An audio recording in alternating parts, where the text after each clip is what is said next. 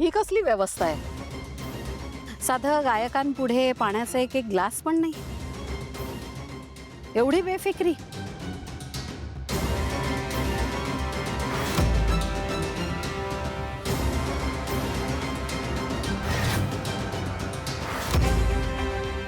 हे असलं मॅनेजमेंट? नाही नाही माई, हे काय आणलंय की?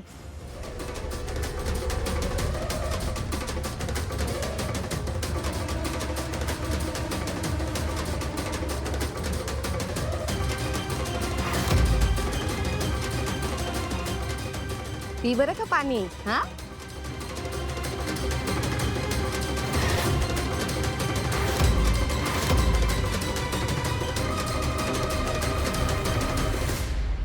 नाही पाणी गा बरं का. तुमचं काय ते जुगलबंदी का काय ते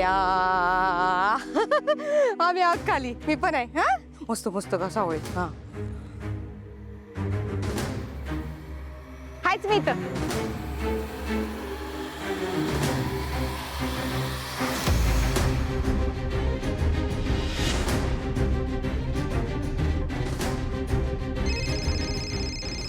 तेच आहे. हा गुड. तारा. हा बेटा बोल. हॅलो पप्पा, तुम्ही पोहोचलात का तिकडे? हो हो आलोय ना मी इथे. कार्यक्रम सुरू झाला का? हो म्हणजे आता सुरू होतोच आहे बघ. मला पण यायचंय तिकडे. मग ये ना. कोणी अडवलंय तुला? ये लवकर ये. पण कुणी काही बोलणार तर नाही ना? कशाला बोलतील? हे बघ बेटा, अशा प्रसंगाचा ना वापर करून घ्यायचा असतो. बघ सगळे गाण्यात बिझी असतील, सगळ्यांचा फोकस दोघींची जुगलबंदीमध्ये असेल, त्यामुळे तू आलीस ना तर कोणी काय बोलणार नाही. ये. नक्की? अरे 100%. आणि काळजी कशाला करतेस? कोणी काय बोललं तर मी आहे ना सांभाळून घ्यायला. मग तू आलीस तर मलाही बरं वाटेल. ठीक आहे. येते ना? हो. आज ही मैफिल सुरू करण्याआधी मला तुम्हा सगळ्यांसमोर स्वतःची चूक कबूल करायची आहे.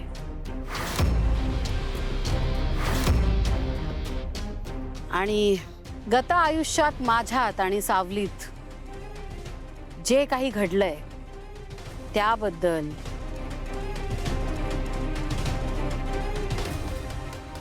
सावली, मी आज मनापासून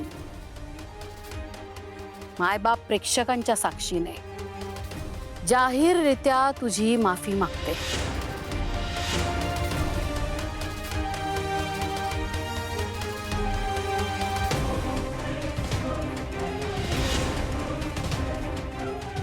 शक्य झालं तर तुझ्या या भैरवी माईला माफ कर.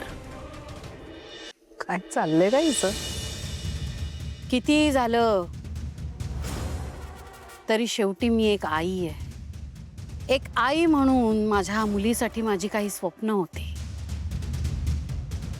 काय करणार होते मी? वझे घराण्याचा संगीत वारसा माझ्याकडे होता. हा वारसा लुप्त होऊ नये, पुढे अविरत चालू राहावा, यासाठी मी ताराच्या गळ्यात सूर ओतण्याचा आटोकाट प्रयत्न केला. माझ्या कलेची शपथ घेऊन सांगते, मी खूप प्रयत्न केले. पण काय असतं ना, शेवटी काचेला कितीही घासलं तरी तिचा हिरा होऊ शकत नाही. आणि त्याच काचेला मी हिरा समजण्याचा खूप काळ प्रयत्न केला. आता आपली लेक काही मोठी गायिका होऊ शकणार नाही, ही जेव्हा चिंता मनाला भेडसावत होती ना, नेमकं त्याच वेळी सावलीसारखा हिरा मला सापडला. सावलीच्या गळ्यातले सूर बघून मला एक आशा पल्लवित झाली की नाही, या सुरांच्या मदतीने तरी मी आमच्या घराण्याचा वारसा पुढे नेऊ शकेन. म्हणून एक गुरु म्हणून अहोरात्र मेहनत घेऊन मी सावलीसारख्या हिऱ्याला पैलू पाडले. खरं सांगते सावली, तुला संगीत शिकवत असताना मी तुला जे काही दिलं ते असं मुक्त हस्ताने दिलं, हातचं काही राखून ठेवलं नाही.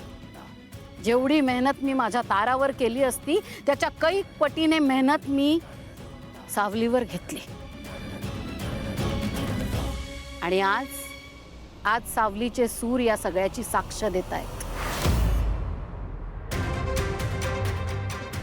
की गुरु म्हणून मी तिच्यावर जे संस्कार केले त्याचं या पोरीने चीज केलं.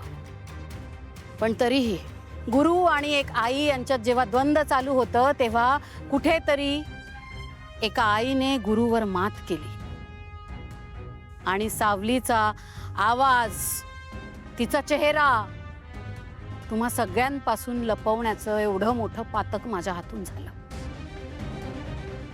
आज तुम्हा सगळ्यांपुढे हे सारं काही सांगण्याचा जो प्रपंच आहे तो तुमची दया मिळवण्यासाठी नाही. एका कलाकाराला प्रामाणिकपणे जे वाटलं तेच तुम्हाला सांगते. पण शेवटी जे सत्य आहे ते आहेच. शेवटी चूक ही माणसाच्या हातूनच होते. पण जो स्वतःची चूक कबूल करतो, त्यासाठी माफी मागतो, तोच सच्चा कलाकार असतो.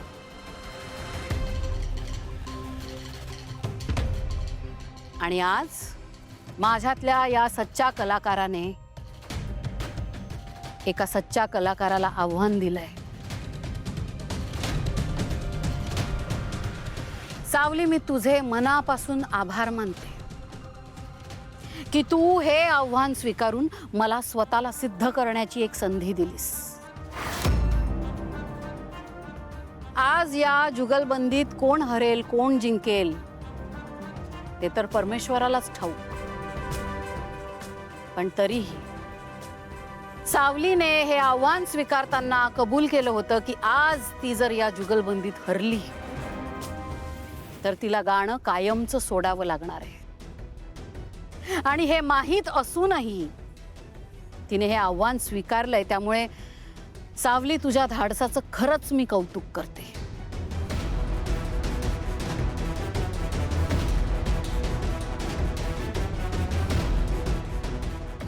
धन्यवाद. माई, तुमचा मान मोठा आहे. आधी तुम्ही सुरुवात करा. नशीब एवढं कळतं तुला.